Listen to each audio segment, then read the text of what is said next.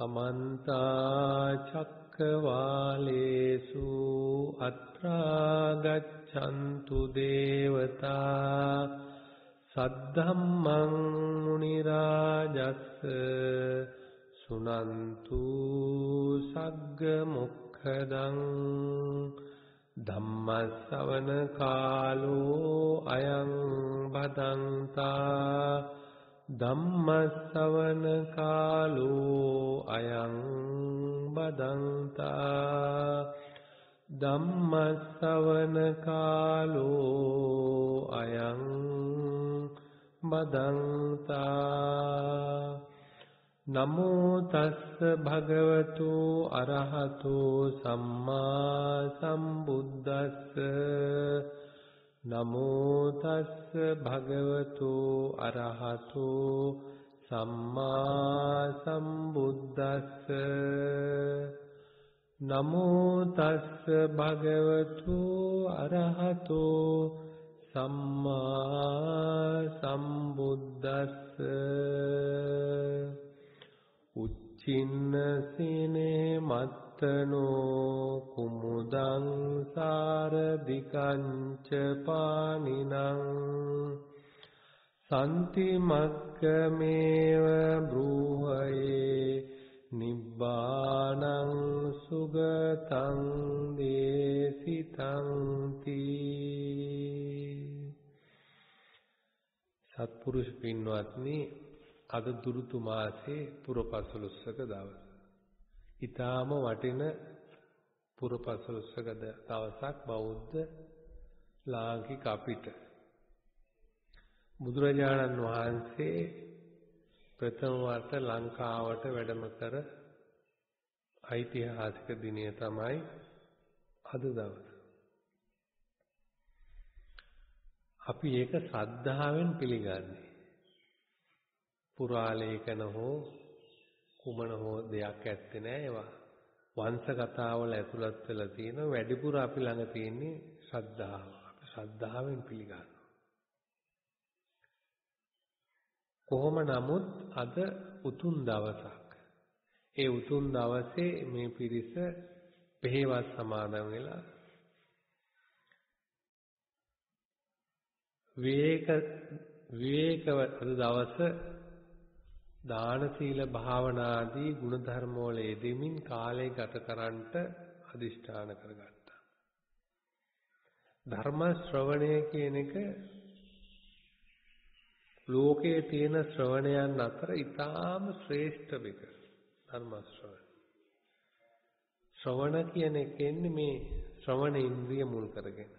හැබැයි ශ්‍රවණ ඉන්ද්‍රිය මුල් කරගෙන ආවට ඒක මනස බුද්ධිය හා බැඳලා තියෙනවා. මොකද ඕපදූපයක් වගේ නේ බුදුරජාන් වහන්සේගේ ධර්මය උසස් ශ්‍රාවකත්වයේ දියුණු කරගන්නට හේතු වෙන කතාවක් තමයි බුදුරජාන් වහන්සේ කතාව.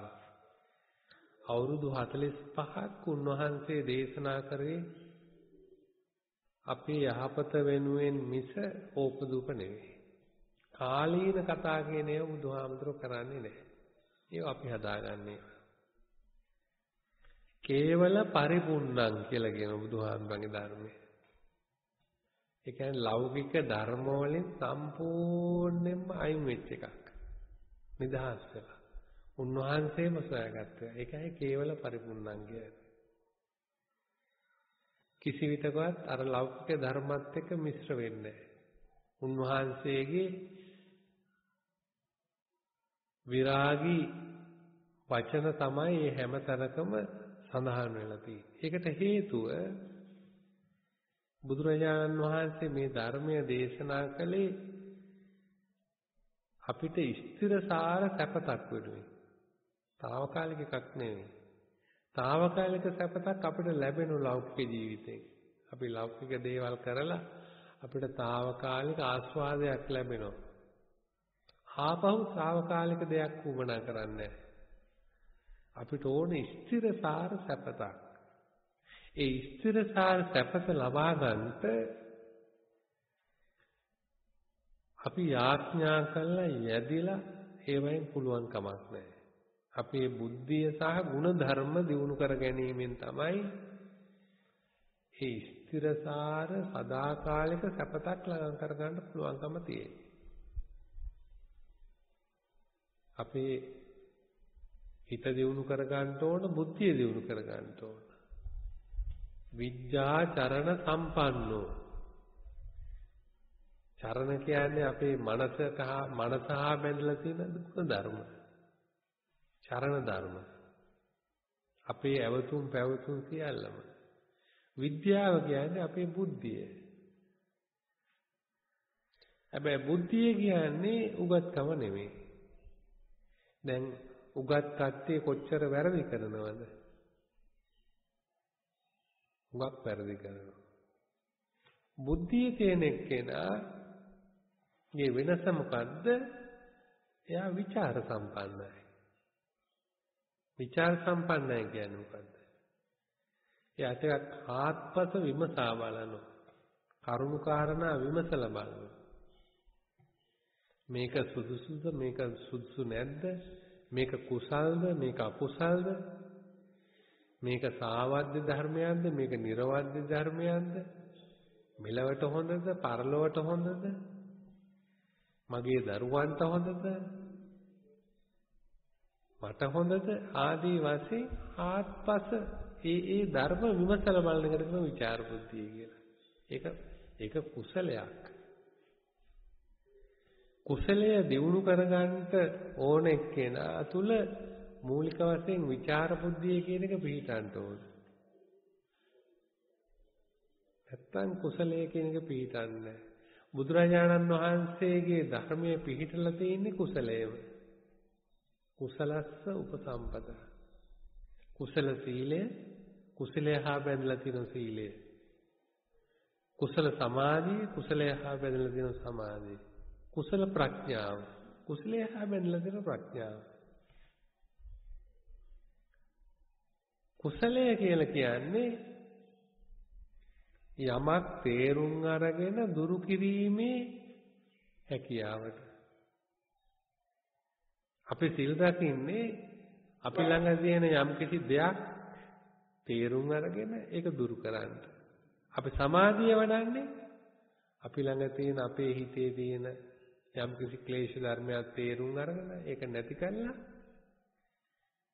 දියුණු කරන්න. කුසලය කියන එකේ හැමදෙස්සෙම තියෙනවා කෙලස් තේරුම් අරගෙන කෙලස් දුරු කරන එක. කුසලයේ පින කියන එකේ තියෙන්නේ සතුටු වීම, ප්‍රසාදයටපත් වීම. ඒකෙන් සංසාරේ කෙටි වෙන, දිග වෙනවා. කුසලයෙන් සංසාරේ කෙටි වෙනවා. ඒ නිසායි බුදුරජාණන් වහන්සේ කුසල සීලය අපිට දේශනා කළේ. කුසල සමාධි. සමාධිය තිබුණානේ ඉස්සෙල්ලා. ඒ සමාධිය ඒගොල්ලන්ගේ අදහස බ්‍රහ්ම සාවවිදාව. ඒ කුසලය නෙවෙයි. එතකොට කුමක් හෝ නැති කළා දාලා යන එකක් නෙවෙයි, තව දෙයක් ලබා ගැනීම. තණ්හාව වැඩි වීමක්.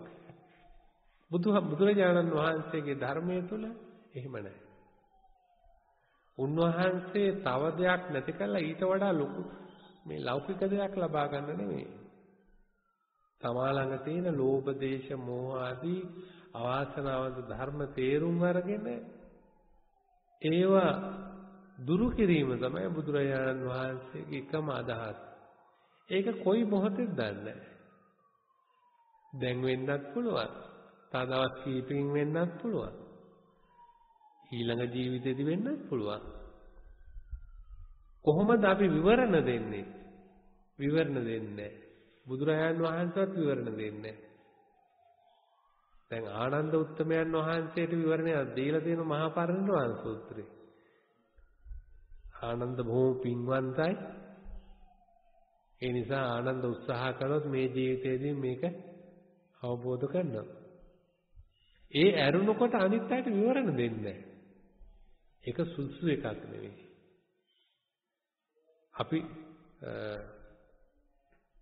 ත්‍රිමූලක කුසල මූලයෙන් ඉපදිච්ච අය, විමූලකව ඉපදිච්ච අය, අමෝහක ඉපදිච්ච අය ආදී වශයෙන් වර්ග කළා මනස බිඳි නොමුලින්ම. මනස විඳින්න හොඳ නෑ අපි. අපි හැමතිස්සෙම බුද්ධ ධර්මයේ තුල තියෙන්නේ උත්සාහයත් අප්‍රමාද බවත්. ඒ මනස විඳින්න නෙවෙයි. දැන් ත්‍රිමූලක කතාව කියලා අනේ ඔයා ලෝභ දේශ මොහොලින් තමයි ප්‍රතිසන්දිය ලබලා තින්නේ මේ ජීවිතේදී කවදාවත් නිවන් දකින්න බෑ කියලා කිව්වොත් එයා එතනදම ලොප් වෙනවා. බුදුරජාණන් වහන්සේ එහෙම කරන්නේ. බුදුරජාණන් වහන්සේ එහෙම කරපු සූත්‍රයක් ඇත්තෙත් නෑ. කොයි තැනකවත් නෑ. අපි බුදුරජාණන් වහන්සේ හැම විටම ගිහි පැවිදි වීරියවන්ත කරා අප්‍රමාදී කළා. වීරිය කරන්න අප්‍රමාදී වෙන්න. ඒක තමයි බුද්ධ ආගමේ ලකුණ. කොයි විතකවත් කොයි ගිහි පැවිදි කියන වැරදි චින්තනයන් මනසට ගන්න එපා. හොඳට තේරුම් ගන්න මේ කියන කාරණා. ඒව ගන්න එපා. ඒව ගත්තොත් අපි උත්පල වෙනවා. අපේ ජීවිතේ ආධ්‍යාත්මිකව අපිට ගෙනියන්න බෑ. දැන් අලගිය වන්න මුඛවැඩතුමා කිව්වේ ඇතත් නැතත් පරලොව සුද්ධ නිවාසනේ. ඉස්සෙල්ලා ත්‍රිමූල කතාවක් කියලා එහෙම කරන්න පුළුවන්ද? එහෙම කරන්න බෑ. පරලොවක් තිබුණත් නැතත් යහපත් ජීවිතය උතුම්. ඒක තමයි අපේ චින්තනය. අපේ චින්තනය කිසි විටකවත් අර එහෙම තැනකින් පටන් ගන්නෙ නෑ. එතකොටම හිතන්න ඕන මේක බුදුරජාණන් වහන්සේගේ අදහසක් නෙමෙයි. මේක හිතලු ගිහි පැවිදින්ගේ අදහසක්. ওই විදිහේ අදහස් හරියට මනසට අපේ දාලා තියෙනවා. දැන් ඉගෙන ගන්න බැරි දරුවෙකුට මව්පියෝ කියනවා ඔයාට ඉගෙන ගන්න බෑ කියලා නිතරම කියනවනම් කොයිලාකට ඉගෙන ගන්න බෑ ළමයට. නමුත් ඔයා ටිකයිනේ වැරදි කරලා තියෙන හොඳට උගට ඉගෙන ගන්න පුළුවන් නේ. ඔයාට ගණන් හොඳට හදලා තියෙන මේ දෙකක් තුනක් වැරදිලා තියෙනවා. ඒක ඉතින් කාටවත් තියෙන දෙයක් නේ. කියලා ඒ ළමයා උත්සාහ කළොත් මොකද වෙන්නේ? උත්සාහ කළොත් ඒ ළමයා හොඳ ළමෙක් වෙනවා. ඒ වගේම තමයි මේ ආධ්‍යාත්මික ගුණධර්ම කියන ඒවා. සාරිපුත්ත මහරහතන් වහන්සේ ළඟ පැවිදි වුණා සංකරුවෙකුගේ අතවැසියෙක්. මේ තරුණ භික්ෂුව සාරිපුත්ත මහරහතන් වහන්සේ ළඟ මහාන වෙලා බණ භාවනා කරගෙන ඉන්නකොට අදහසක් ආව වනගත වෙන්න ඕනේ කියලා. ඒ නිසා සාරිපුත්ත මහරහතන් වහන්සේ තරුණ භික්ෂුවක් නිසා රාගය දුර්වන විදියට කමටහන් දුන්නා. දැන් උන්වහන්සේ වනගත වෙලා භාවනා කරනවා. භාවනා සපුරන ගන්නට බැරි වුණා. දෙවෙනි වතාවටත් ඇවිල්ලා කමටහන් ගත්තා. ඒත් බැරි වුණා. තුන්වෙනි වතාවටත් ආවා. තුන්වෙනි වතාවටත් ඇවිල්ලා ඒත් බැරි වුණා. ඒ පාර බුදුරජාන් වහන්සේ ළඟට එක්ක ගියා සාරිපුත්ත මහරහතන් වහන්සේ. එක්ක ගියාම බුදුරජාණන් වහන්සේ ප්‍රකාශ නොකළට බුදුරජාණන් වහන්සේ කෙනෙක් දිහා බැලුවාම ආසයානුසය ඥානය උන්වහන්සේට තියෙනවා. ආසය කියන්නේ මනසේ ස්වභාවය. අනුශය කියන්නේ අනුශය ධර්ම. රාග අනුශය, අවිද්‍යාව ආදී අනුශය. එයාගේ මූලික පදනම මොකද්ද කියලා තේරෙනවා. නැඹුරුව මොකද්ද? මේ ආදී වශයෙන් හුඟක් කරුණු බුදුරජාණන් වහන්සේට වැටහෙන ඒවා ප්‍රකාශ කරන්න යන්නේ නැහැ. බුදුරජාණන් වහන්සේ මේ තරුණ භික්ෂුව දිහා බලලා තේරුම් ගත්ත අවුරුදු 500 ආත්ම භාවයක් සංකරුවෙක් හැටියට තමයි ඉපදිලා තියෙන්නේ. අත්තරන් පිළිබඳ ලොකු නැඹුරුතාවයක් තියෙනවා. එතකොට ඒ පාර කර වැඩි බුදුරජාණන් වහන්සේ මේක දම්පියාවේ සඳහන් වෙන්නේ බුදුරජාණන් වහන්සේ ඊටාම ලස්සන සණින් කළ රත්තරන් මලක් නිර්මාණය කළා මැව්වා.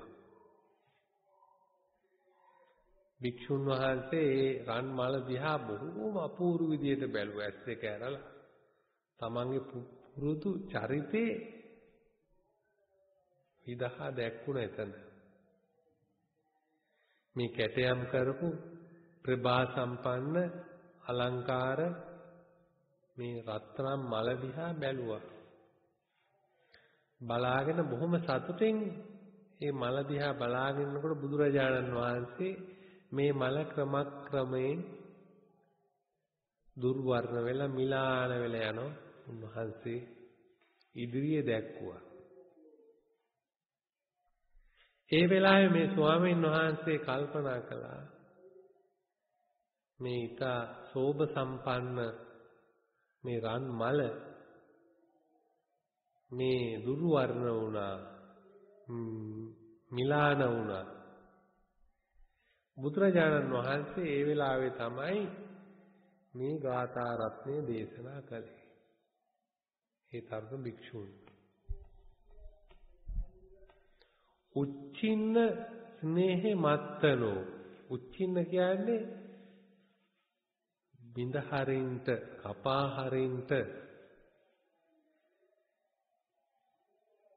ජීවිත කැමැත්ත. ජීවිත කැමැත්ත කියන්නේ ආත්ම ස්නේහයක් යම් කිසි තියෙනවා නම් ඒක අත්හරින්න. ආත්ම ස්නේහෙන් බැඳෙන්න එපා. ඒ ආත්ම ස්නේහෙන් බැඳෙන්න එපා.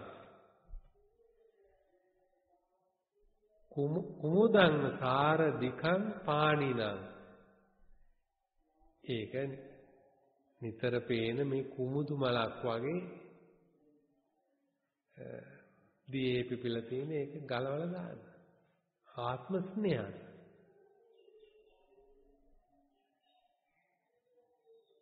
දැන් මේ කුමුදු මලක් දිහා බැලුවාම කෙනෙකුට පුංචි මලක් එකක් කවුරුත් දැකලා තියෙනවා. ඒ කුමුදු මලක් දැක්කම අපි කැමති වෙන එකට ආස වෙනවා. අපි ඒක පුළුවන් තරම් රැක ගන්න උත්සාහ කරනවා. නම් බුදුරජාණන් වහන්සේ දේශනා කරන්නේ කුමුදං සාර දිකං පණීතං. කුමුදු මලක් ගැලවුවා වගේ ආත්ම සෙනෙහස ඉවත් කරා. දැන් මේ ආත්ම සෙනෙහස කියලා බුදුරජාණන් වහන්සේ උගන්වන්නේ මොකද්ද? ආත්ම සෙනෙහස කියලා උගන්වන්නේ ඒතං මම. මේ මගේ. ඒසෝ හමස්මි. මේ මම වෙමි. ඒසෝ මේ අත්තා. මේ මගේ ආත්ම භාවයයි. විවිධ හැඩවලින් ආත්පසින් තමන්ගේ ජීවිතයේ දෙස බලන්නේ අසෘතවත් පුදුජනයා ආත්ම සෙනෙහසින් යුක්තව. ඒකම තමයි විහිදලා ගිහිල්ලා තියෙන්නේ. මාන අස්මි මානයේ හැටියට ගිහිල්ලා තියෙන්නේ ඒකම තමයි. උන්වහන්සේ උගන්වන මානද්වජ මානය නැමැති රජය උස්සගෙන ඉන්නවා. ඒ කියන්නේ ආත්ම ගෞරවේ. තමන්ගේ තමා පිළිබඳ තියෙන තමා පිළිබඳ කල්පනා කරන ධර්ම අනුගමනය කරන ආත්ම මානද්වජේ මානය ඇති කරගෙන ඉන්නවා. මොකක් ගැනද? මේ රූප, වේදනා, සංඥා, සංකාර, විඥාන කියන ධර්ම කෙරෙහි තමයි මේ ආත්ම ස්නේහත් ඇති කරගෙන තියෙන්නේ. අස්මිමානයත් ඇති කරගෙන තියෙන්නේ. ඉතින් බුදුරජාණන් වහන්සේ උපමා කීපයක් දේශනා කරනවා. හොඳට ඇඳගත්ත කෙනෙකුට තමන්ගේ කරේ එල්ලපු සර්පකුණක් වගේ. මේ සර්පකුණක් වගේ එකක්. මේ ස්කන්ධ පංචකය. සුනක කුණක් වගේ එකක්. මිනිස් කුණක් වගේ එකක්. හැබැයි එල්ලලා තියෙනවා තමන්ට ඒක පේන්නේ නැහැ. ඒ පේන්නේ නැත්තේ මොකද? අවිද්‍යාව නිසා. තමන්ට පේනවනම් අර ආත්ම සෙනෙහම අස්මිමානය කියන එක ඒ මොහොතේම අත්හරිනවා. ඒ නිසා බුදුරජාණන් වහන්සේ දේශනා කළ ආත්ම ස්නේහය අත්හරින්න අනිච්ච සංඥාව මහණෙනි පුරුදු කරන්නේ කියලා. අනිච්ච සංඥා භික්ඛවේ භාවිතා බහුලීකත සබ්බං කාමරාග. අපි ළඟ තියෙන ලොකු දෙයක් කාමරාගය. දැන් ඇස කන නාසය දිව ශරීරය සිත නිරන්තරම අවිද්‍යා දෝමනස්ස දෙකෙන් යුක්තයි. අවිද්‍යාව කියලා කිව්වේ දැඩි ආසාව. ඒ ආසාව සංසිඳවා ගන්නට බැරි හැම මොහොතකම දෝමනස්සය යැතීම පසුතැවීම කියන ධර්මතාවය අපි තුල තියෙනවා. ඉතින් මේ කාම ලෝකේ තියෙන ධර්මයක් ඒක. අපි ඉන්ද්‍රිය ගමනෙන් බලාපොරොත්තු වෙලා අවසානයේ අපිට ලැබිලා තියෙන්නේ මොකද්ද? අවිද්‍යාව දෝමනස්ස. ඒ නිසානේ සතිපට්ඨාන සූත්‍රයේදී උගන්වන්නේ මහණෙනි මම මේ කය පෙන්වන්නේ නුඹලාට අවිද්‍යාව දෝමනස්ස දෙක සංසිඳවන්න. මහණෙනි මම උඹලාට මේ වේදනාව පෙන්වන්නේ අවිද්‍යාව දෝමනස්ස දෙක.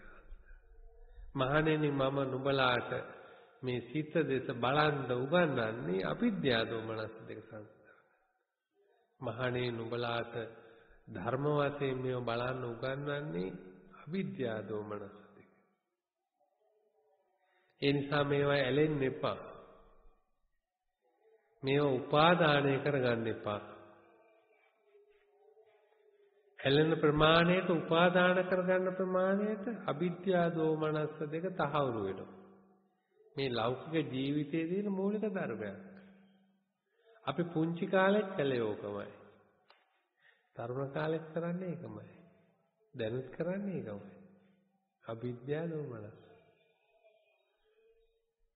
කිසියම් ප්‍රමාණයකට හෝ ප්‍රමාණය ඉක්මවා හෝ ආසාවෙන් සංසිඳවා ගන්න උත්සාහ කරනවා.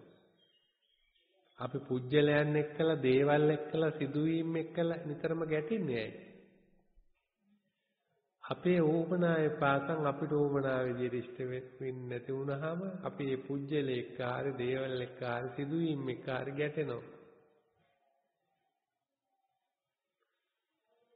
ඉතින් කාමරාගය සංසිඳ වූ තැනත්තා මේ අවිද්‍යා දෝමනස දෙකේ නැහැ. ඒක අන්තද්වයක් හැටියටයි බුදුරජාන් වහන්සේ පෙන්වලා දෙන්නේ. අවිද්‍යා දෝමනස දෙක. සතිපට්ඨාන සූත්‍රයේ අර උභෝවන්තේ පෙන්වුවේ වෙන විදිහකට. අන්නේ අවිද්‍යා දෝමනස. මිනිස්සු නොසන්සිඳ දේවල් කරනවා. ශරීරයට දුක් දෙනවා, කටු ගහ ගන්නව නොයෙකුත් දේවල් කරනවා. ඒවයි මනස දිහා බලන්නේ. මනසට මොකද වෙන්නේ කියලා. තව කෙනෙක් කාම්භෝගී විදියට, බහුල විදියට ජීවත් වෙනවා. ඒ ඇත්ත බලන්නේ නැහැ මනසේ ස්වභාවය. මනසේ සමතාවය, මනසේ නොවිසුරුණු ගතිය, මනසේ සංසිඳුණු ගතිය කෙනෙක් බලන්නේ නැහැ.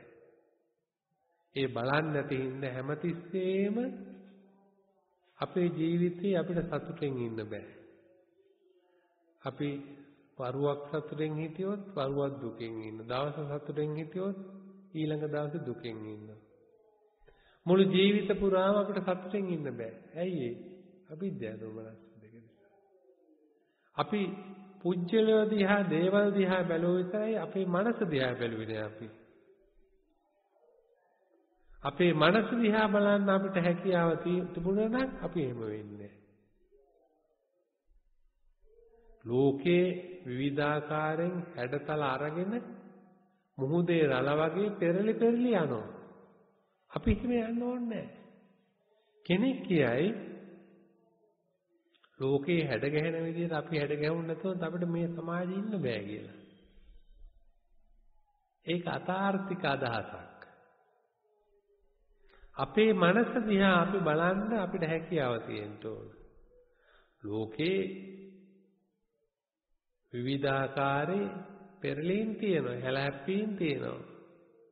නමුත් බුද්ධිමත් විචාර සම්පන්න මිනිස්යාට තියෙන්න ඕන හොඳ අදහසක් ජීවිතය පිළිබඳ.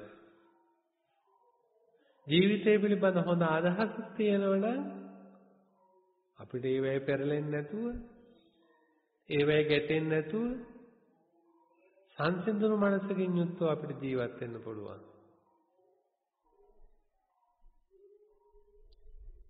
බුදුරජාණන් වහන්සේ නිසා දේශනා කළා අනිච්ච සංඥා භික්ඛවේ භාවිතා බහුලීගතා සබ්බං කාමරාගං. මේ අනිච්ච සංඥාව තමයි මූලික වශයෙන් ආත්ම ස්නේහය දුරු කරන්නට දියුණු කරන්න බුදුරජාණන් වහන්සේ උගන්වපු ක්‍රමය. ඒක අමුතුවෙන් අපිට ඇතුල් කරපු එකක් නෙවෙයි, ලෝකේ යථාර්ථයක් හැටින් දෙයක්.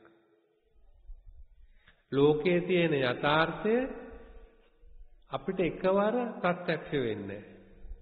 අපි ඉස්සෙල්ලා වචනෙන් ඒ යථාර්ථය සමීපයට කිට්ටු වෙන්න හදනවා. මනසින් කිට්ටු වෙන්න හදනවා. බුද්ධියෙන් කිට්ටු වෙන්න හදනවා. භාවනාවෙන් කිට්ටු වෙන්න හදනවා. අපි යථාර්ථය පසක් කරනවා. එකවර අපිට යන්න බෑ. මොකද්ද යථාර්ථය? යථාර්ථය තමයි අනිත්‍ය කියන එක. ඒ අනිත්‍ය කියන එක ඒ ලෝක යථාර්ථයක් හැටියට තියෙන දේ. මේ ඉන්ද්‍රියට ගෝචර වෙන, ඉන්ද්‍රියට ගෝචර නොවන හැම ධර්මයක් තුළම අපි සත්‍ය වශයෙන්ම දක්න දේ අනිත්‍ය කියන ස්වභාවය. දැන් අපි තරුණ කාලේ කොහොමද? දැන් කොහොමද? අපි ලෙඩ වුණාම කොහොමද? නිරෝගී වෙ ඉන්නකොට කොහොමද? අපේ ජීවිතවල ඒ හැලහැප්පීම් තියෙනවා. ඒව වළක්වන්න බෑ. ඒ නිසා බුදුරජාණන් වහන්සේ දේශනා කළා අනිච්ච සංඥා භික්ඛවේ භාවිතා බහුලීගතා සබ්බං කාමරාග සබ්බං රූප රාගං පරියාදීති. රූප රාගයක් අපි ළඟ තියෙනවනේ. ඒ රූප රාගය මුලින්ම පැන නගින්නේ අර ගන්ධ රූප, ශබ්ද රූප, රස රූප, වර්ණ රූප ආදී ඒ රූප වලින් යම් ආස්වාදයක් ලැබීමේ ඵලයක් හැටියට තමයි අපි ළඟ රූප රාගයක් හටගන්නේ. අපි ලෝකයක් හැටියට සලකනකොට රූපාවචර බ්‍රහ්ම ලෝක. අපි ඒව පිළිබඳ හැඟීමක්, එතනත් රාගයක් තියෙන්නේ, සියුම් රාගයක් තියෙන්නේ. රාගය කියන්නේ මොකද්ද? ඇලීමක් තියෙන්නේ. හැබැයි ඇලීම හුදකලාද? ඇලීම හුදකලා නෑ. ගැටීමක් තියෙනවයි. ඇලීම හුදකලා වෙන්නේ. අපේ යම්කිසි ආස්වාදයක් තියෙනවා නම් එතන අනිත් පැත්තෙන් ආදීනේකුත් තියෙනවා. ආස්වාදයේ විතරක් තියෙන ලෝකයක් කොතනකවත් නැහැ. ලෞකිකව. ආස්වාදයක් තියෙනවා නම් ආදීනමය ඒකාන්ත කොට තියෙනවා. ඒකනේ අර සක්දේවිඳුන් බුදුරජාණන් වහන්සේට දේශනා කරන මේ මනුස්ස ලෝකෙ විතරයි දිව්‍ය ලෝකෙත් අරගල තියෙනවා කියලා. අපි ඉතින් කොච්චර පැතුවත් කොච්චර හිතුවත් කොච්චර යන්න පික් කරගත්තත් පින්වත්නි අපිට ආස්වාදයේ විතරක් ලබන තැන ලෞකිකව හමු වෙන්නේ නැහැ. අපි තේරුම් ගන්න ඕන. ඒ නිසායි බුදුරජාණන් වහන්සේ මේ අස්සාද ආදීනව නිස්සරණ කියන එක දේශනා කළා. නිස්සරණයක් දේශනා කළේ. ඒ දෙකේම තියෙන සංසරණයක්. මේ සතර ගමන් කිරීම. ගැටීමිනුත් එහෙමයි, ඇලීමිනුත් එහෙමයි. ඒ නිසා බුදුරජාණන් වහන්සේ රූප රාග දුරු කරන්ට හේතු වෙන ධර්මයක් තමයි අනිත්‍ය සංඥා. අරූප රාග. ඊළඟට අවිද්‍යාව. අස්මිමානය කියන පහ මූලික වශයෙන් ධර්ම පහක්. මේ අනිත්‍ය සංඥාව පුරුදු කරන ශ්‍රාවකයා තුළ පිහිටන බව බුදුරජාණන් වහන්සේ පරියාදියති කියන වචනෙන් දේශනා කළා. නැති වෙලා යනවා. විනාශ වෙලා යනවා. ඉතින් අපි ටික ටික හරි උත්සාහ කරන්න ඕන ප්‍රත්‍යක්ෂ නුන ටික ටික අනිත්‍ය මෙනෙහි කරන්න. අනිත්‍ය සංඥාව මෙනෙහි කරන්න. සංඥා කියන එක රෝගයක් හැටියට සංඥාව කියන එක ගඩක් හැටියට බුදුරජාණන් වහන්සේ දේශනා කළා තියෙනවා. මේ ඔක්කොම සංඥා තමයි අපි මේ පවත්තන්නේ. කොළ, නිල්, රතු, කහ, කළු, සුදු, උස, මහත ඔක්කොම සංඥා. ඒක මේ විවහාරයේ සඳහා තියාගන්න දෙයක්. නමුත් අනිත්‍ය සංඥා කියනකොට ඒක වෙනස්. සංඥාව අර වගේ එකක් වුණාට ඒ සංඥාව තහවුරු කරන්ට ඒ විවහාරය තහවුරු කරන්ට විවහාරය තමයි සත්‍ය. විවහාරය තමයි ඇත්ත. ඊට එහා ඇත්තක් නැහැ. ඒ නිසා රණ්ඩු වෙන්න ඕන. නඩුහබ ගියා ගන්න ඕන කියලා හිතන එක්කෙනා වැඩියෙන් බෙදා ගන්න ඕන කියන හිතන එක්කෙනා අර සංඥාව සත්‍යයක් හැටියට මෙනෙහි කරන එක්කෙනා. එතකොට යාට රෝගයක් තමයි තියෙන්නේ. සංඥා රෝගෝ. දැන් අනිත්‍ය සංඥා කියන්නේ රෝගයක් නෙවෙයි. ඒකේ ලෝකේ තියෙන යථාර්ථයක්. හැබැයි අපිට මූලික වශයෙන් එන්නේ සංඥාවක් හැටියට. අපේ ප්‍රාථමික අවස්ථාව සංඥා අවස්ථාව. අපි හිතනවා බුදුරජාන් වහන්සේගේ ධර්ම මේ ආකාරයි මේ විදියයි කියලා. මෙහෙම දේශනා කළා තියෙනවා කියලා අපි ශ්‍රද්ධාවෙන් ඒ සංඥාව බාර ගන්නවා. ටිකෙන් ටික මෙනෙහි කළා භාවනා කළා බුද්ධිය දියුණු කරගෙන ඒ බුදුරජාන් වහන්සේගේ මාර්ගය අනුගමනය කළා අපි මේ සංඥා පින්වත්නි අනිත්‍ය කියන එක සංඥාවක් නෙවෙයි යථාර්ථයක්. සංඥාවක් කියන්නේ මිරිඟුවක්. සංඥා මරීචික. ඒක මිරිඟුවක්.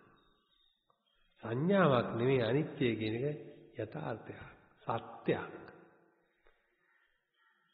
ලෝකේ මිනිස්සුන්ගේ ඇස කන නාසය දිව ශරීරය මන කියන ඉන්ද්‍රියට ගෝචර නොවන සත්‍යයක්.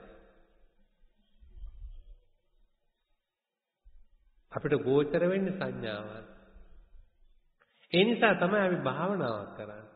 ඒ නිසා තමයි අපි බණ අහන්නේ. ධර්ම මානසිකාරයක් අපේ ඇති කරගන්නේ නිසා. නැත්තම් අපිට ඒක අවබෝධ කරගන්නට අවස්ථාවක් ලැබෙන්නේ නැහැ. දැන් බුද්ධ දේශනාව තුළ පින්වත්නි කිලේශ සංකිලේශ සංකිලිට්ඨ සංකිලිට්ඨා කියන කිලුටු වීම කියන එක. දැන් සීලය ආරක්ෂා කරන එක්කෙනා තුළ ඒ කියන එක්තරා විදිහේ ක්ලේශවල සංසිඳීමක් ඇති වෙනවා. සීලය තියෙන එක්කෙනා සීලෙ නැති එක්කෙනා. ඇයි සීලය තියෙන එක්කෙනා සීලෙ නැති එක්කෙනා එහෙම වෙන්නේ? එයා කුසල සීලයක් රකින්නේ. වෘතයක් නෙවෙයි. වෘතයක් කියන්නේ මොකක්ද? නිකන් හරියට ජප කිරීමක් වගේ එකක්. කිසියම් දෙයක පිහිටන තදින්ම. හැබැයි කොතනට යනවද කොතන ඉන්නවද ඒ කිසිවක් දන්නේ නැහැ. අපි මේ සිල් වලින් ඇති වෙන කිලේශ සංකලිටතාවය දුරු කරනවා. අපේ කයේ වචනේ තියෙන தත්ත්වය අපි දුරු කරනවා. අපි දැනගන්නවා දැන් මගේ කය පිරිසුදුයි. මම වැරදි වැඩ කරන්නේ මගේ වචනේ පිරිසුදුයි. මම බොරු කියන්නේ කේලම් කියන්නේ. ආදි වශයෙන් මම ලෝක සම්මතයේ සම්මුතියක් හැටියට ගරු කරන කෙනෙක්. හැබැයි සම්මුතියට ඔබ්බෙන් ඇති යථාර්ථය පිළිබඳව මෙනෙහි කරනවා. එතනින් නවතින්නේ නැහැ. ලෝකේ බොරුව කියන එකත් ඇත්ත කියන එකත් බුදුරජාණන් වහන්සේ එක වෙලාවක දේශනා කළානේ මේ දෙකේම තියෙන බොරුවක් කියලා. යථාර්ථය අවබෝධ කරගන්න එක්කෙනා තුල. මම මිනිහෙක් දැක්කාය කියලා කර ඒක ඇත්තක්. සම්මුතිය.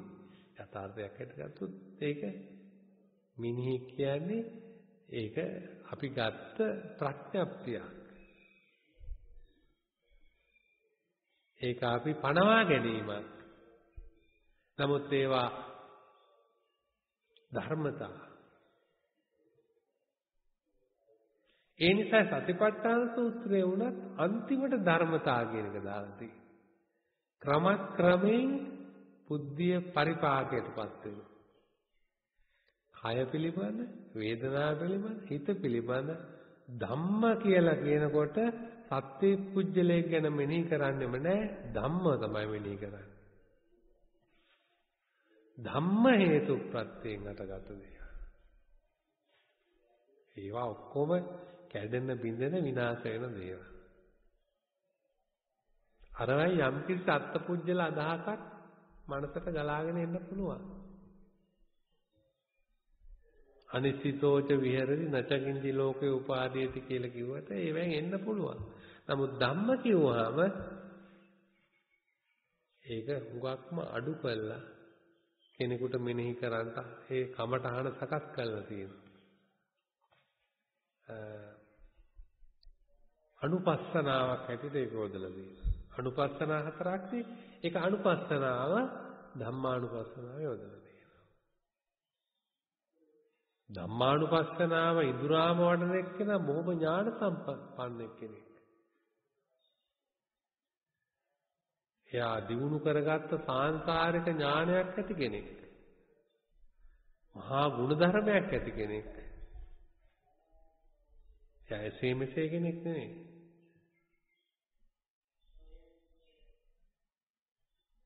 ධර්ම වශයෙන් මේ ලෝකයේ දිහා බලන එක්කෙනා. තනත්තා ශ්‍රාවකයා බුදුරජාණන් වහන්සේ දේශනා කළේ. එතකොට මේ අර කෙලෙස් වල පිරිසිදු බවක් සීලෙන් ඇති වෙනවා. තණ්හා සංකලිට හැටියට බුදුරජාණන් වහන්සේ දේශනා කරනවා. අපේ ළඟ යෙදෙන ධර්මය තමයි තණ්හාව. තණ්හාව කියන්නේ අවිද්‍යාව කියන්නේ ඇලීම. මටම ඕන මටම සතුරු වෙන්න ඕන කියලා තියෙන ආසාව. ඒ තණ්හා සංකලිටයයි ඒක නිසා ඇති වෙන පටිඝයයි දෙකම සංසිඳලා යනවා සමතයෙන්. සමත භාවනා කරන එක්කෙනා. ඇයි? ඒ මොකද සංසිඳලා යන්නේ කොහොමද? අර ඉන්ද්‍රියට මෙතෙක් ආපු ගමන විරාමයක් හම්බ වුණා.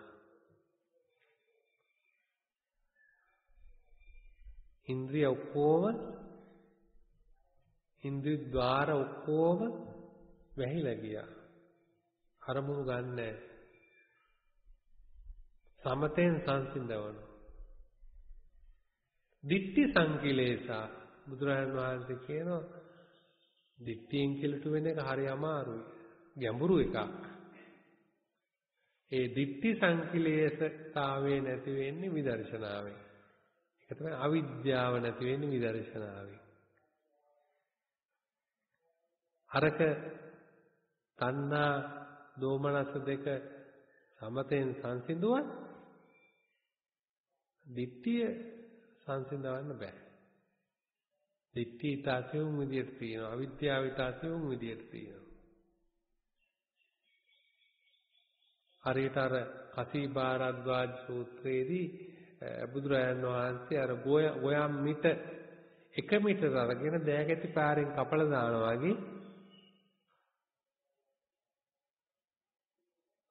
සමතේටපත් වුණා වූ ධර්ම විදර්ශනාවෙන් දිට්ඨියෙන් ඔක්කොම 1 මීටරට මේ පංච උපාදානස්කන්ධය පිළිබඳ යම් ආලයක් ඡන්දයක් රාගයක් තියෙනවා ඔක්කොම නැති කරනවා. ඒකයි මේ කියන්නේ.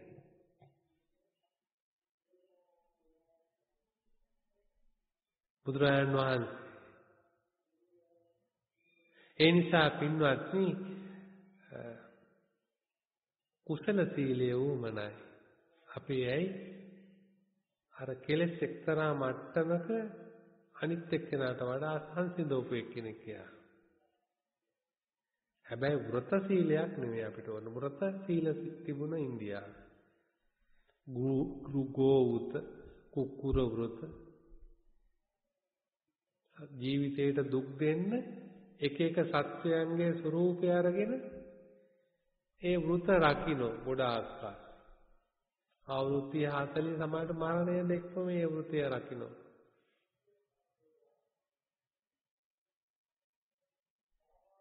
බුදුරජාණන් වහන්සේ ඒ ඇත්තන් දේශනා කළේ මොකද්ද? ඒව රැක්කාම ඒ වෘතය රැක්කාම සුනකෙක් වගේ ඒ වෘතය අරගෙන ගියොත් සුනකෙක් වෙනවා. හරකෙක් වගේ ඒ වෘතය අරන් ගියොත් ගිරිහරකෙක් වෙනවා. වෙන දෙයක් වෙන්නේ නැහැ. හැබැයි බුදුරජාණන් වහන්සේ කොච්චර අනුකම්පා සාගරද? සේනිය මගෙන් එහෙම අහන්න එපා කියලා කිව්වා. ඒක අදාළ දෙයක් නෙවෙයි මම උඹට බණ කියන්න. නැවත නැවත පෙරත්ත කරනකොට තමයි දේශනා කළේ. අනන්න තියාගත්තා. මං අවුරුදු 30ක් 40ක් මේ කරලා තියෙන්නේ මොකද්ද? අන කුසල සීලයක් බුදුරජාණන් වහන්සේ දේශනා කළා. මේ කයේ මනසේ සංසිඳීමක් ඇති වෙන එකක්.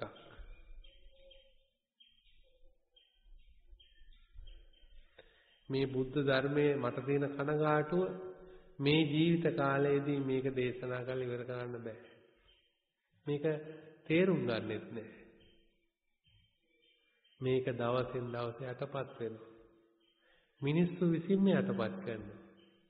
මේ මහා පෘථුවියෙන් යට වෙනව නෙවෙයි. ගින්නෙන් යට වෙනව නෙවෙයි. වතුරෙන් යට වෙනව නෙවෙයි. මේ සුළඟින් යට වෙනව නෙවෙයි. මුග්ධ අවිජ්ජා සහගත ආත්මාර්ථකාමී අදහස් ඇති ගිහි පැවිදි පිරිස මේ ධර්මයේ උතුම් ධර්මයේ යටපත් කරනවා.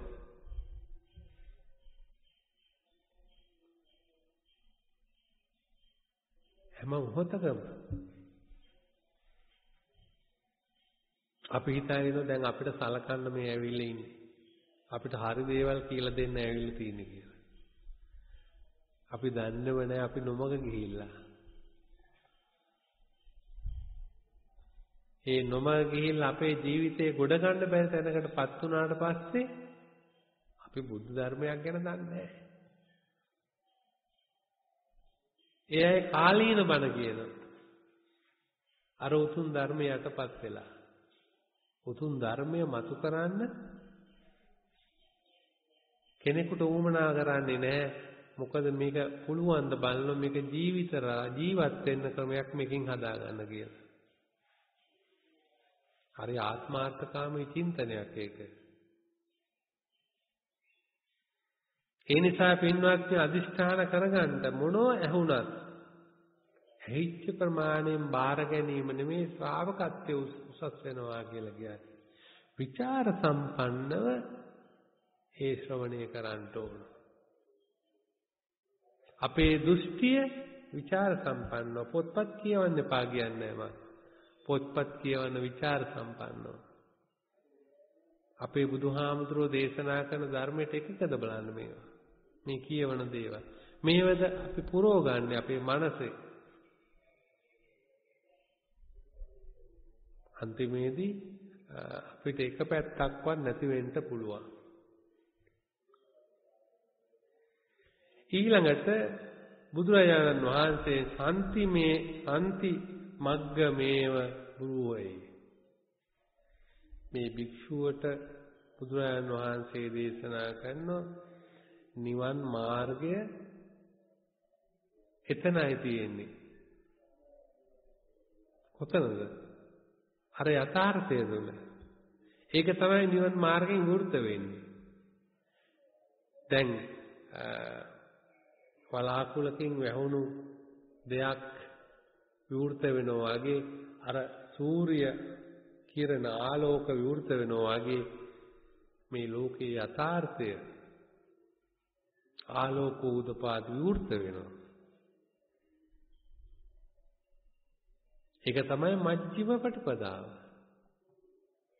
සම්ති මග්ග භූහයේ ඒ යථාර්ථය විවෘත වෙන මාර්ගය අපි මොන දේ අනුගමනය කළා? ආරෂ්ඨාංග මාර්ගය. ඉතින් දැන් අපි පුහුණු වෙන්න ඕන මේ ඉන්න භූමිය තුල. අපි කොතනද ඉන්නේ? මේ කාම භූමියේ. කාම භූමියේ තියෙන්නේ අන්තද්වේග තත්ත්වයක්. මොකක් උතරද මේ අන්තද්වේගය තියෙන්නේ? මේ ඉන්ද්‍රිය ගමනේදී. අවිද්‍යාව දෝමනස් අතිපට්ඨාන දේශනා කළේ ඒකට. එතකොට අපිට කවදාවත් නිවෘත වෙන්නේ නැහැ. සම්ති මග්ග මේව බ්‍රෝහේ. ඒ නිවන් මාර්ගේ වෘත වෙන්නේ නැහැ. එහෙනම් අන්තද්වය අපි සංසිඳවන්න ඕන. අපි ඒ දෙස බලන්න ඕන. අපේ මනස දිහා බලන්න ඕන. අපි ගැටෙන්නේ මොනවත් එක්කද? අපි ඇලෙන්නේ මොනවත් එක්කද? මේක මේ විදිහටම කරගෙන යෑමෙන් අපිට යහපතක් වෙයිද කියලා හිතන්න ඕන. ආධ්‍යාත්මික දියුණු කරන එක්කෙනා හිතන විදිහේ චින්තනය හොඳ චින්තනයක්. හොඳ චින්තනයක් ඇති කර ගන්න ඕන. ඒ හොඳ චින්තනය නෙමෙයි සත්‍යය. හොඳ චින්තනය ඇති කරගත් එක්කෙනා යෝනිසෝ මනසිකාරයක් ඇති කර ගන්නවා. යෝනිසෝ මනසිකාරය නෙමෙයි යථාර්ථය. යෝනිසෝ මනසිකාරය ඇති කරගත් එක්කෙනා ධම්මානුපස්සනාව යටතේ සම්මර්ෂණ ඥානයක් ඇති කර ගන්නවා. ඒ සම්මර්ෂණ ඥානය අර අන්තද්ව වලින් මිදිලා පක්ෂග්‍රාහී නෑ. ඒකාන්තක ඇලිලා ඒකාන්තකට ගැටෙන්නේ නෑ. ඒකාන්තක ගැටෙමින් අනිත් අන්ද ඇලෙන්නේ නෑ. එයාට තියෙන සම්මර්ෂණ ඥානය. සම්මර්ෂණයක් එයාට තියෙන්නේ. ඒ සම්මර්ෂණය එන්නෙම ධර්ම වශයෙන් මෙනෙහි කරන එක්කෙනාට. සත්පුච්චල වශයෙන් මෙනෙහි කරන එකට එන්නේ නෑ.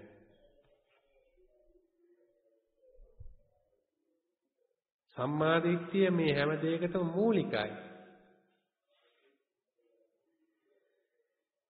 දැන් සම්මාදිට්ඨි දෝරණ තැන දුක දුකට හේතුව කියලා චතුරාර්ය සත්‍ය තෝරන එක කිසි වරදක් නෑ. ඒක අපේ බුදුරජාණන් වහන්සේ එක්තරා විදියක් ඒක. නමුත් උන්වහන්සේ බොහෝ සූත්‍රවල මහණෙනි මේ ඇස අනිත්‍ය බව නොදන්නවද? එය බුදුරජාණන් වහන්සේ දුක හැටියට දේශනා කළා. එය මිත්‍යා දිට්ඨිය හැටියට පෙන්වුවා උන්වහන්සේ. සම්මා දිට්ඨිය කියලා පෙන්වුවේ මේ ඇස අනිත්‍ය බව දැනීම. රූප අනිත්‍ය බව දැනීම. රූප විඥානයේ අනිත්‍ය බව දැනීම. වේදනාව අනිත්‍ය බව දැනීම. මේ විදිහට බුදුරජාණන් වහන්සේ ඉන්ද්‍රියන්ගේ අනිත්‍ය ස්වභාවය ඒවා දෙයක් හැටියට කෙනෙක් හැටියට නෙවෙයි මෙනෙහි කරන්නේ කිව්වේ ධර්ම හැටියට. කුමන ධර්මද? ප්‍රත්‍යයෙන් හට ගන්නා වූ ධර්ම හැටියට.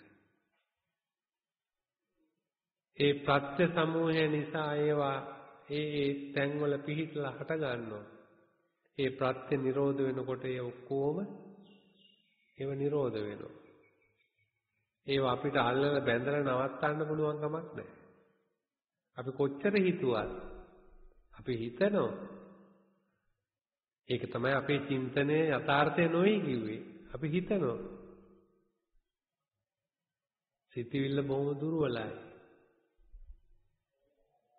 ඒක ලෞකික ලෝකයේ ලොකුම බලවේගයේ හැටියට සිතවිල්ල තිබුණට සිතවිල්ල දුර්වලයි. බුදුරජාන් වහන්සේ කියන කොච්චර මේ සිතවිල්ල දුර්වල කියනවනම්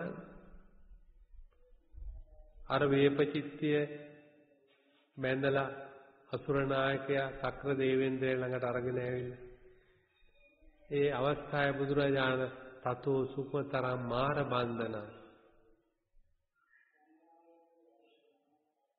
ඊට වැඩිය බොහෝම බලවත් එකක් සියුම් එකක් මේ මාර බන්ධනය මහණෙනි. ඒ මාර බන්ධනයේ තියෙන මේ සිතවිල්ලත් එක්ක සිතවිල්ල දුර්වල හින්දා සිතවිල්ල තුළ විචිත්‍රත්වයක් තියෙනවා. විචිත්‍රත්වය වගේම දුර්වලකම නිසා අපි සසරට බැඳලා තියෙනවා.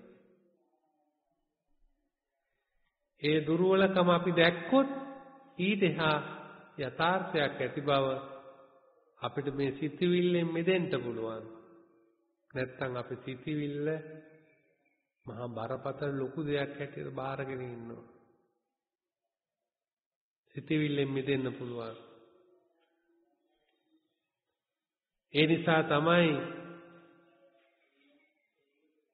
චිත්ත භාවනා සමත භාවනා හැටියටත් විදර්ශනා භාවනා චිත්ත නිරෝධ භාවනා හැටියට දේශනා කළේ. සිතවිල්ලෙන් මිදෙන්න. අපි කොච්චර ඔත්පල කරනවද අපේ ජීවිතය අකර්මණ්‍ය කරනවද මේ සිතවිල්ල කියලා බලන්න ඕන. ඒ නිසා බුදුරජාණන් වහන්සේ සම්මා දිට්ඨිය හැටියට දේශනා කළ දුක්ඛ සමුදාදී සිව්සස් ධර්ම අවබෝධයේ නැතිකම හෝ ඇතිකම පිළිබඳ විස්තරේ ඒ වගේම තමයි මේ කන අනිත්‍යයි, ශබ්ද අනිත්‍යයි, ශබ්ද විඥානය අනිත්‍යයි කියන මේ සම්මර්ෂණ ඥානය බුදුරජාණන් වහන්සේ ඇති කරන්න උත්සාහ කළා. ඒක සම්මර්ෂණ ඥානයක්. ඇහි කෙනෙක් නැහැ. කෙනෙක් අපි දාලා දැම්මොත් ඒක සම්මර්ෂණ ඥානයක් වෙන්නේ නැහැ. කෙනෙක් නැතුව බැලුවොත් මේක ප්‍රත්‍යයෙන් හටගන්න ධර්මයක් හැටියට බැලුවොත් ඒක සම්මර්ෂණ ඥානයක් වෙනවා. ඒ නිසා අපිට උවමනා කරන්නෙම සම්මර්ෂණ ඥානය.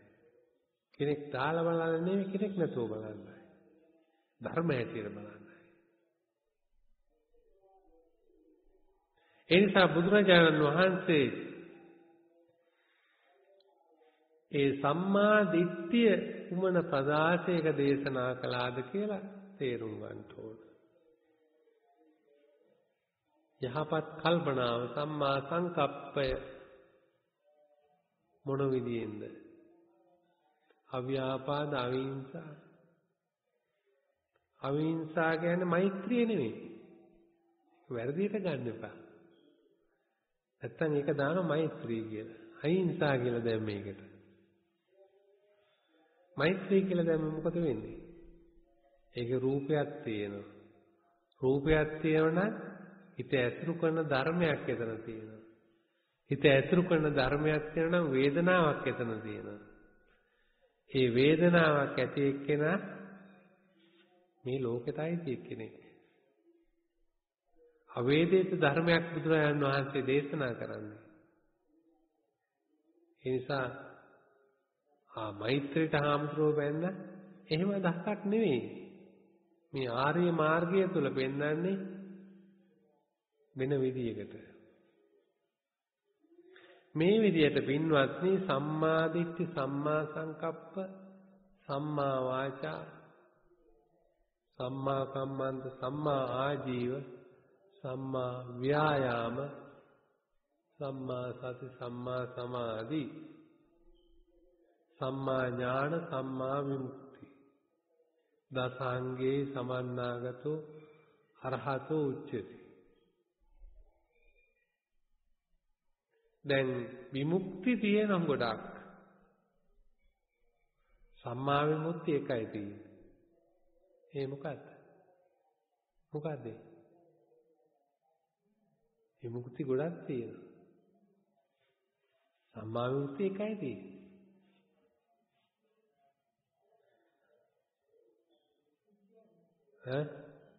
අකුප්පා මේ චේතෝ විමුක්ති, අයමන්තිමා ජාති නත්ති දාන පුනබ්බව. නැවත පුනර්භවයක් ඇති නොකරන මුක්තිය. අකෝප්‍ය වෙන මුක්තිය. ඒක තමයි බුද්ධ ඥානයේ බුදු කෙනෙක් ලෝකෙට පෙන්වූ පරම මුක්තිය.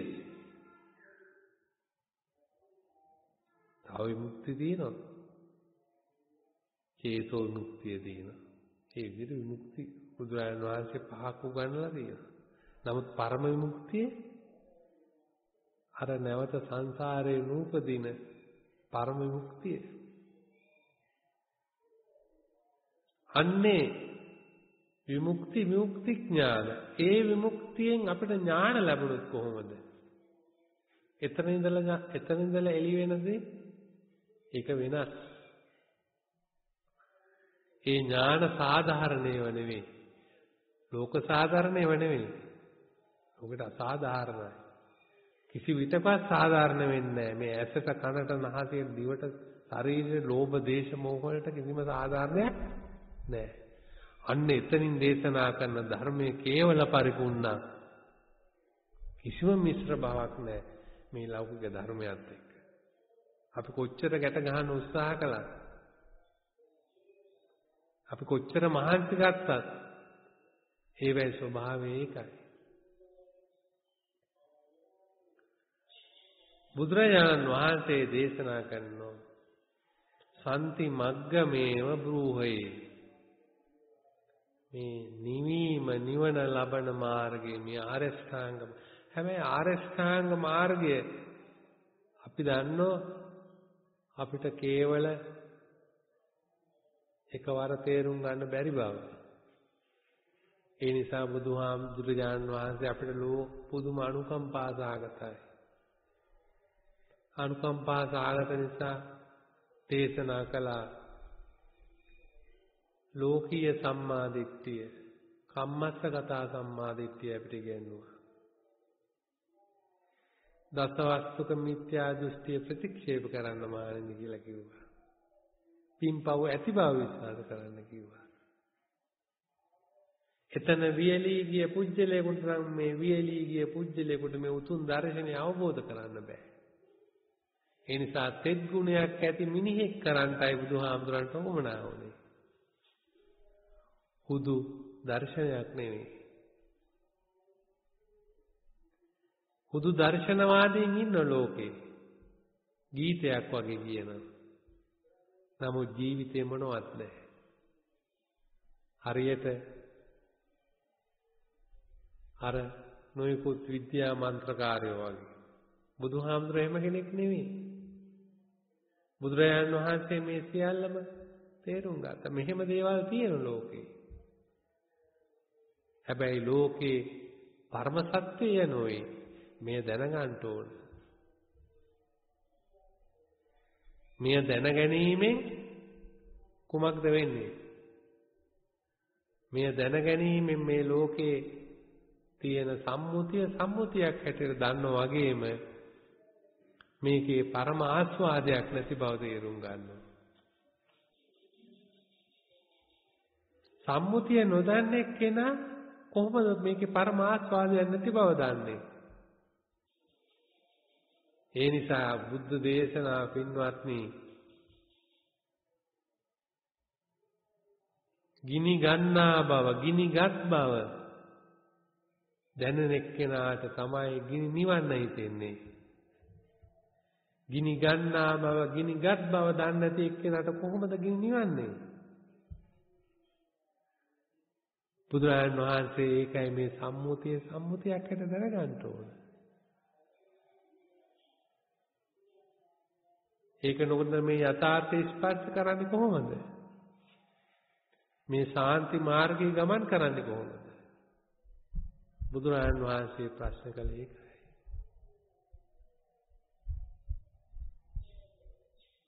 බුදුරජාණන් වහන්සේගේ ඒ ධර්මය දේශනා කරනකොට මේ තරුණ භික්ෂුව නිවන් අවබෝධ කළා.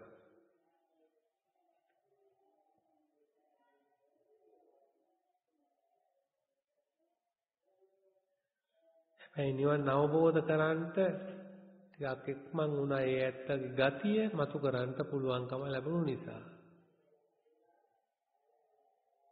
අපේ ගතිය කවුද මතු කළේ?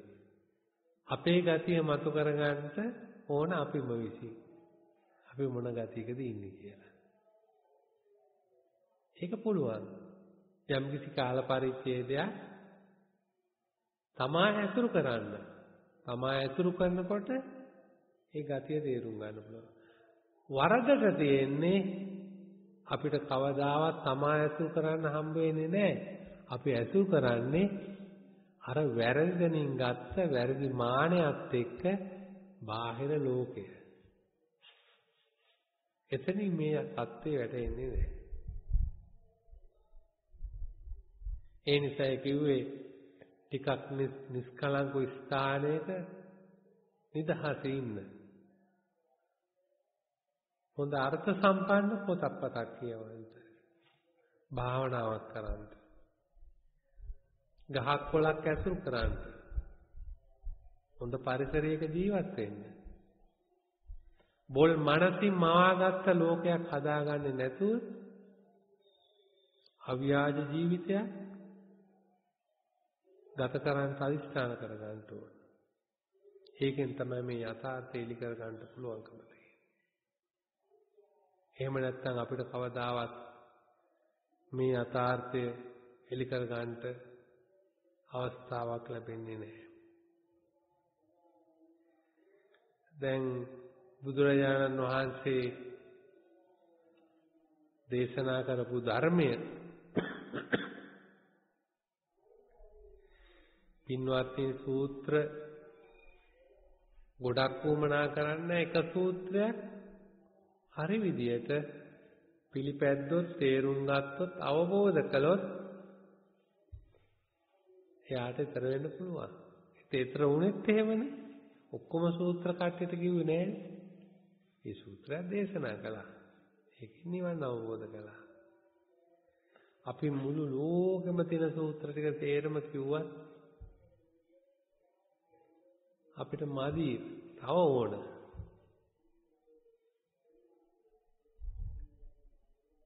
ඒකත් අපි හදාගෙන තියෙනවා අර ලෞකික මානසික தත්ත්වය තුළ.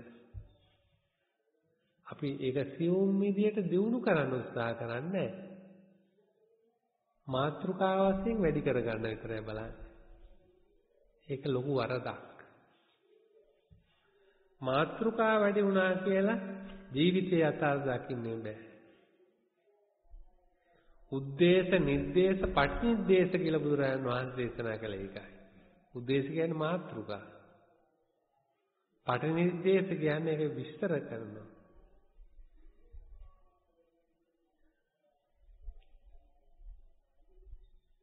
බුදුරජාණන් වහන්සේගේ දේශනා ක්‍රමයක් ඒක. අපිට උද්දේශ කොච්චරවත් තියෙනවා පටිනිर्देश තමයි නැත්තේ. ඒක සියුම් විදියට විග්‍රහ කරගන්න. ඒ සියුම් මනසක් සකස් වෙන්නේ මේ හැම සිදුවීමක්ම මහා විශාල විදිහට බාර නොගන්න එක්කෙනාට. මේ ඕන වෙලාවක අතාරින්න පුළුවන් එක්කෙනාට.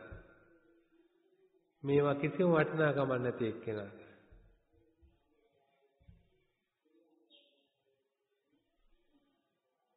ඒ ඇත්තට පුළුවන් මේ යථාර්ථය විග්‍රහ කරගන්න. ඉතින් මම ඊට වඩා අනුශාසනා කරන්නේ ආකාශට්ටා ච බුම්මට්ටා දේවා නාග මහිද්దికා පුඤ්ඤන්තං අනුමෝදිත්වා චිරං රක්ඛන්තු ලෝක සාසනං ආකාශට්ටා ච බුම්මට්ටා දේවා නාග මහිද්దికා පුඤ්ඤන්තං අනුමෝදිත්වා චිරං රක්ඛන්තු දේශනං ආකාශට්ටා ච බුම්මට්ටා දේවා නාග මහිද්దికා පුඤ්ඤන්තං අනුමෝදිත්වා චිරං රක්ඛන්තු ත්වං සදාති ධර්ම ශ්‍රවණේ කිරීමෙන් සියලු දෙනාටම උතුම් මහා නිවන් සම්පත්තියම අවබෝධ වෙත්වා අභිවාදන සීලිස්ස නිච්ඡං වද්දාපචායිනෝ චත්තාරෝ ධම්මා වඩ්ඩන්ති ආයුවන්නෝ සුඛං බලං ආයුරාෝග්‍ය සම්පatti සග්ග සම්පatti මේවච අතෝ නිබ්බාන සම්පatti මිනාතේ සමිජ්ජතු